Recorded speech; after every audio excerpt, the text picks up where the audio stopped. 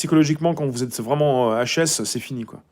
Si vous ne vous souvenez pas, j'ai fait un direct sur la Finlande et sur le piratage massif de données psychologiques des Finlandais. C'est un scandale absolu. Et pour ceux qui ne pensent que ça n'arrive qu'aux Finlandais ou qu'aux autres, ça peut arriver en France. Vous avez l'entreprise qui collecte les données de milliers de patients finlandais qui a été piratée et qui a dû s'exprimer 3-4 mois après. C'est pas quand c'est quand le piratage a lieu que vous avez connaissance de tout ça. Et vous avez, même en France, des administrations françaises qui externalisent.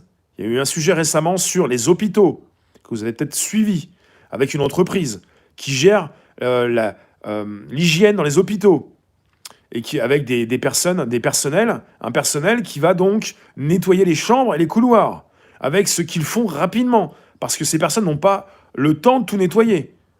On est avec des personnes qui sont très mal formées et qui n'ont pas le temps de nettoyer. Je passe de la Finlande à la France parce qu'on est parti régulièrement avec des entreprises qui externalisent, avec des entreprises qui finalement font mal leur boulot parce qu'elles veulent gagner, donc pas du temps, mais ne pas payer, pas trop payer forcément, gagner beaucoup d'argent. Tout est fait pour manager à l'américaine, à l'anglo-saxonne, pour gagner un maximum d'argent sur le dos des patients. Si vous allez à l'hôpital, il faut le savoir, en France, les hôpitaux sont très mal nettoyés. Pour une partie d'entre eux. C'est terrible. Une fois arrivé dans l'hôpital, vous avez un patient sur 6, je crois, qui peut choper donc une maladie en allant simplement à l'hôpital. Tu notes tout dans un cahier depuis le mois de mars. Il faut absolument tout noter. Et pour le côté psychologique, c'est encore plus fort que le côté physique parce que c'est encore plus percutant parce que vous avez des pirates qui peuvent récupérer vos données. Les maladies nosocomiales. Voilà, Guillaume Depardieu est tombé pour une maladie nosocomiale. Enfin, il a eu un problème de jambe pour une maladie nosocomiale. C'est-à-dire vous récupérez des microbes que vous n'aviez pas en restant à l'hôpital. C'est dramatique ce qui se passe parce qu'on est parti avec certains actionnaires qui veulent gagner de plus en plus d'argent. Alors peut-être qu'on va devoir faire comme les chefs d'État africains qui ont les moyens, non pas venir se soigner en France, mais partir se soigner à l'étranger. Parce qu'il faut le savoir, certains magazines en font écho. Chaque année, vous avez une liste des pires hôpitaux de France. Tu fais bien, Olivier, il faut noter parfois, ça fait du bien.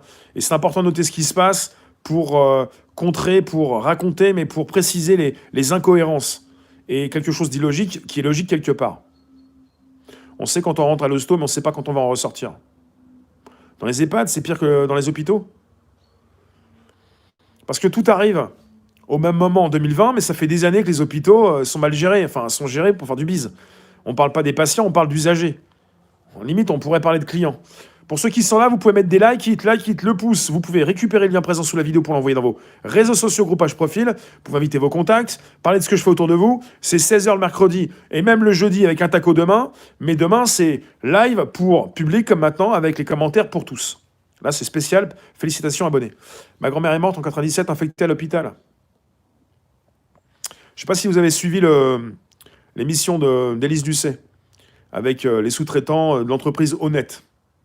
Ils ont même fait une blague ils pensaient qu'ils disaient honnête avec un H. Ah non, là, c'est honnête. C'est pas avec un H. Enfin, vous avez des sous-traitants. Je suis pas reparti sur le documentaire sur les centrales nucléaires, mais là, c'est encore dramatique. Il y a aussi des sous-traitants pour les centrales nucléaires. Et là, je ne sais pas si ce documentaire-là, on va le retrouver à la télévision, mais en tout cas, ou sur vos téléphones, mais on sous-traite de partout. Vous avez des équipes en interne, des équipes en externe. Parce qu'il y a des coûts l'entreprise qui sous-traite gagne de l'argent en sous-traitant, en ayant des sous-traitants. Voilà. On coupe sur les coûts, on fait travailler avec des heures dingues n'importe qui. Enfin, c'est du n'importe quoi. C'est ce qu'on fait régulièrement depuis des années. C'est ce qui s'installe dans différentes grandes entreprises et c'est ce qui s'installe dans les administrations françaises. Ce qui fait qu'on est avec un personnel sous-payé et puis des prestations vraiment misérables. Voilà à quoi s'attendre dans un pays qui s'enfonce dans une crise économique sans précédent, avec un couvre-feu, avec un confinement, déconfinement, reconfinement, avec justement des restaurateurs qui ne peuvent pas réouvrir, des gens qui vont mourir, des gens qui se suicident, le psycho qui revient. Ceux qui vont rester vont être les survivants, quoi. Parce que ce sont des survivants depuis toujours, plus ou moins. Et ceux qui ne sont pas des survivants vont prendre très cher au moral. sous-traitance, maltraitance. Enfin, c'est... Je me suis dit, en regardant un petit peu